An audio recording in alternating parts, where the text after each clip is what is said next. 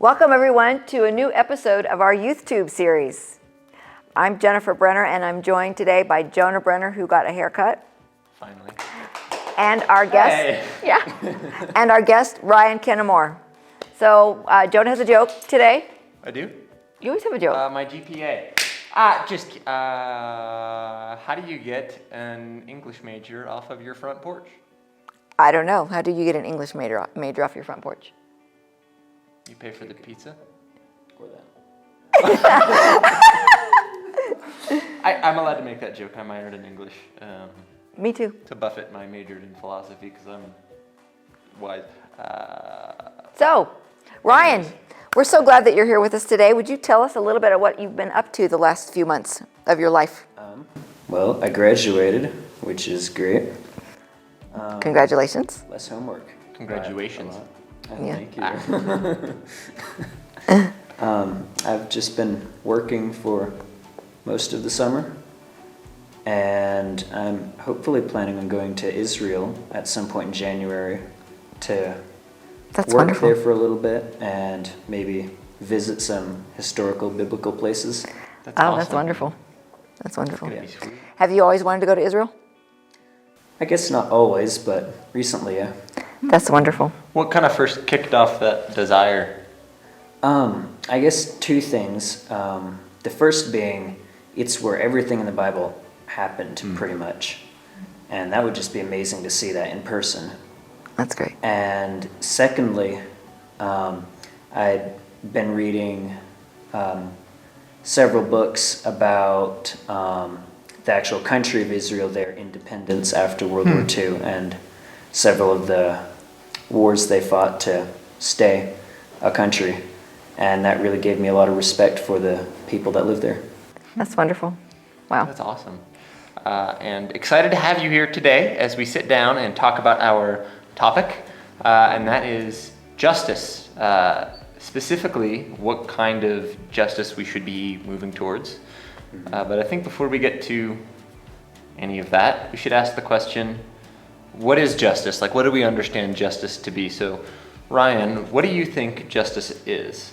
So the way I see justice, I guess, is applying what is right in a balance to what someone has done. So if they've done something that is not something that the law or God says that's all right for them to do, then it is kind of doing the opposite. So the scale it weighs out evenly again. The actual definition of justice from somebody's fancy dictionary Oh, Webster's, baby. is the maintenance or administration of what is just, especially by the impartial adjustment of conflicting claims or the assignment of merited rewards or punishments. Another large words.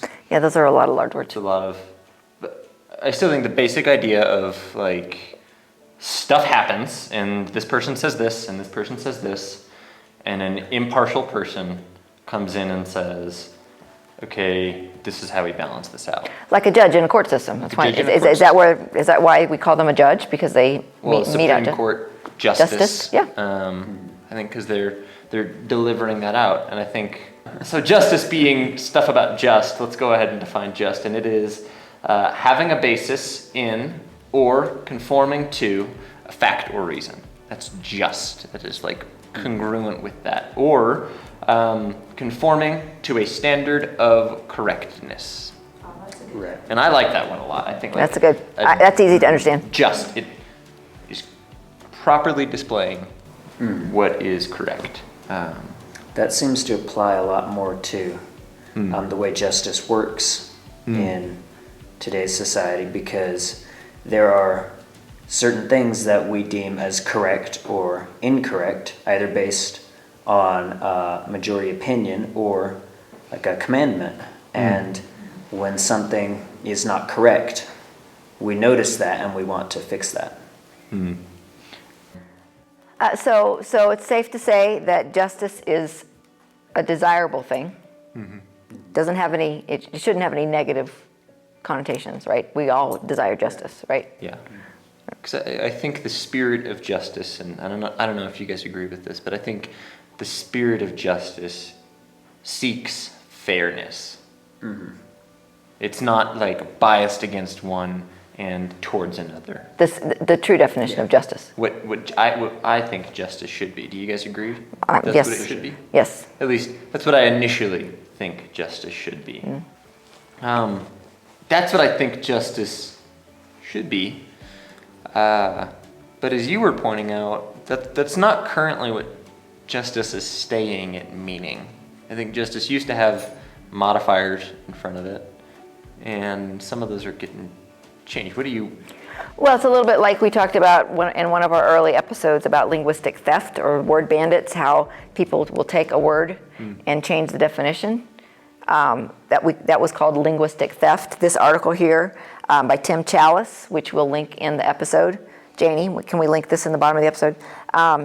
He quotes someone named Alan, and he doesn't call it linguistic theft, he calls it a redefinition. And so Alan turns next to the modern day redefinition of justice, which he describes following: deconstructing traditional systems and structures deemed to be oppressive and redistributing power and resources from oppressors to their victims in pursuit of equality of outcome. So that's a little bit different than... A little bit. What do you... Okay. What do you think about that definition, Ryan? That definition to me seems a whole lot more like a revolution as opposed to justice, because this seems to focus specifically on an oppressor and the oppressed as opposed to the righted or the wronged. Oh, phew, well said. Yeah. I'm a little speechless because that was a very good answer, but one of the thoughts that jumps out to me is we're speaking, this definition speaks in terms of oppressor and oppressed. Well, who's the one that decides that? Who's the one that judges that? Who's the one that says, oh, this person has been unjustly oppressed and this person has been unjustly oppressing, right? That we don't have an adjudicator or someone who says, like, this is right, this is wrong. And I think my issue with this idea is it kind of places justice and what's right and wrong in terms of a vote. And I don't think we can vote right or wrongness, right? I think wrong is wrong and right is right. Well, you asked the question of who gets to decide this, and I can't help but going back to what we talked about last week with Jake and Sammy, and about opinions and about social media informing much of how we view things. And I can't help but say that, you know, a lot of the people on social media are the ones deciding who's the oppressed and the oppressor. And the media. I wanted to ask you, Ryan, you just recently visited your grandparents in South Carolina. How is their view about that? Do they talk to you about that? My grandmother does, for sure. And she's definitely, I mean, I think she understands that it is what it is, and we're not going to be able to just reverse it like that. And that we're gonna adapt to it, and we're gonna be able to move on with our lives. But she definitely doesn't like the way it's going, and she definitely wishes it could be different than it is. Yeah. Go ahead. Well, I just, as we interact with people of different generations, I think it's interesting that certain things that were just constants and written in stone for previous generations become a lot more malleable for other generations. And I think one of the best examples is justice, because what was right and wrong in accordance to the law or in accordance to morals or how you treated people 50 years ago was understood a certain way. And definitely we got a lot of that stuff wrong. And people of that day and that age got a lot of that stuff wrong in the same way that we today get a lot of it wrong. Right? Under the justice form of 50 years ago, I probably get things wrong, and I get things wrong under today's form Yeah. of justice. But I think it's important to be able to have a similar value, because we're talking about different time frames, I think.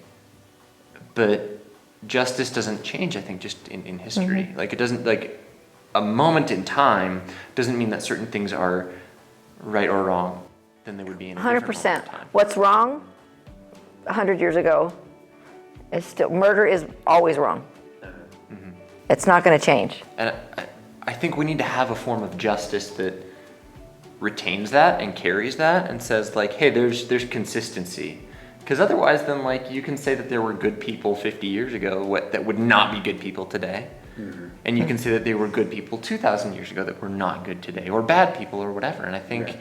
on a level, like, I want to be able to say, and I think we should be able to say, this was the right action, this was wrong, this was just, this was unjust. And I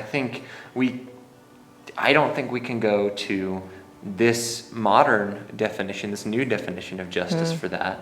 And I don't know that this other one, the first one we read, I don't know that that's perfect either. So what is the right way for us to look at justice? As we've seen, we can grab multiple definitions of justice off the shelf. And I'm certain each of us could come up with their own form of it. I think we could probably do a pretty good job of it too. I think if Ryan, if you were to make a justice system, you'd have a justice system. And you could measure it, and you could make it something, and it would be good. And I think you could do that, and I think I could do that. I think anybody can do that. But is it the best one? Is it consistent? Is it true? And I think as I definitely yearn for that and want a true measure of justice, I hope I'm not alone in that. And I think that's why we need to reach for biblical justice, because the Bible has a very specific measure of justice, and it is both horrifying and glorifying and awesome. Because I think the way that the Bible talks about justice, it doesn't just start in some metric that can change. Justice is rooted in the character of God, and the character of God can't change, because he is who he is, and he was that way before time, and will be after time. I don't want a form of justice that changes. I want one that's consistent. And I think when we understand that God is a just God,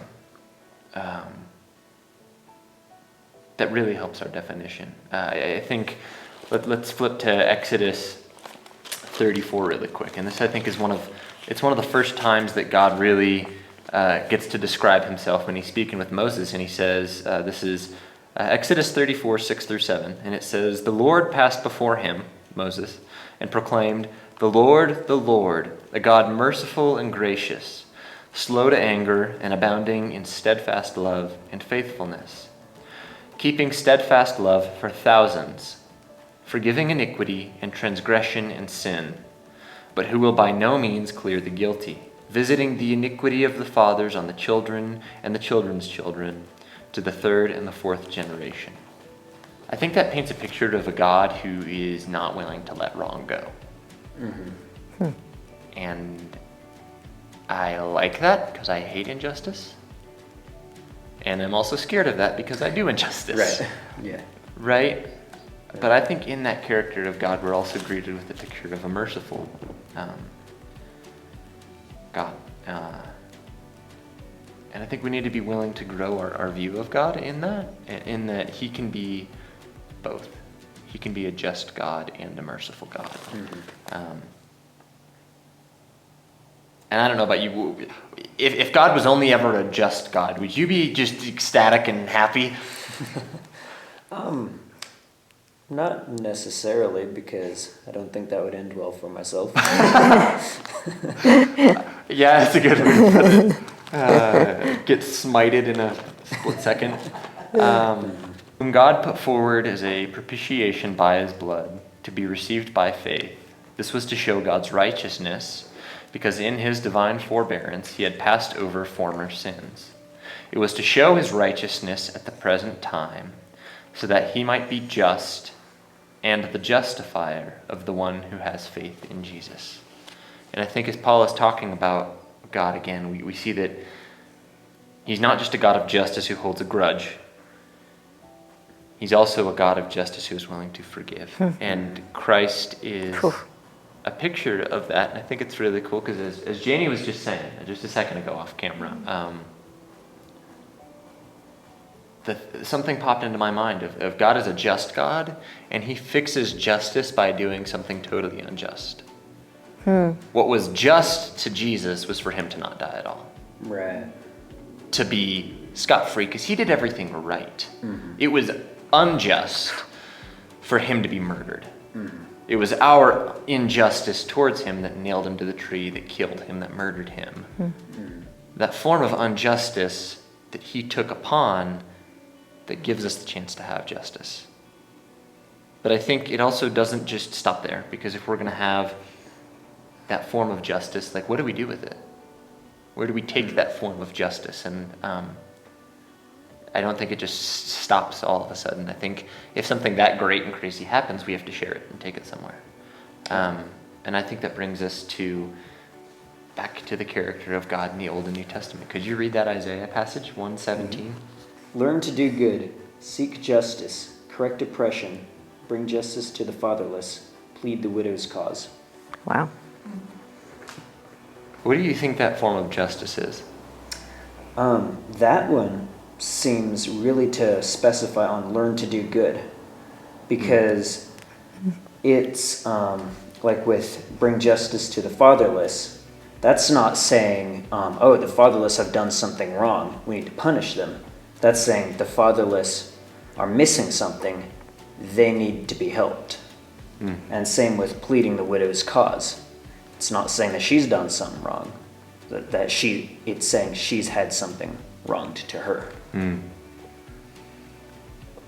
I think Beautiful. what we take out of that isn't just that justice is just a momentary judgment of this is right, this is wrong. I think justice is an action that we carry and that we do, and that we go out and we seek. And I think that really harkens back to, or forward to, John 13, 34 and 35. And then if you could find John 15, 12 real quick. All right. A new commandment I give you, that you love one another, just as I have loved you. You are also to love one another. By this, all people will know that you are my disciples, if you have love for one another. And just to drive the point home, 15:12 says, "This is my commandment, that you love one another as I have loved you." As we take both of those in tandem, what's your guys' thought about that? That's definitely not something that I see often, especially as relating to justice. For instance, if you have someone who goes out and murders one of your family members, it's going to be really hard for you to love them as God loves you. And especially applying justice, you're going to definitely be a person who's going to want to press charges, and you're going to be pretty upset if they get off. And you might even be at the point where you might want to go out and take revenge yourself, and that's definitely not loving them as God loves you. And I think that's also in that moment and in that example, like it's okay to not be the one to take revenge. Because again, the model is not whenever something is fully done wrong to you, say it's okay and turn the other way. Like, it's not that. It is acknowledging the wrong. Yeah. And giving mercy in spite of it. And because the payment has already been made.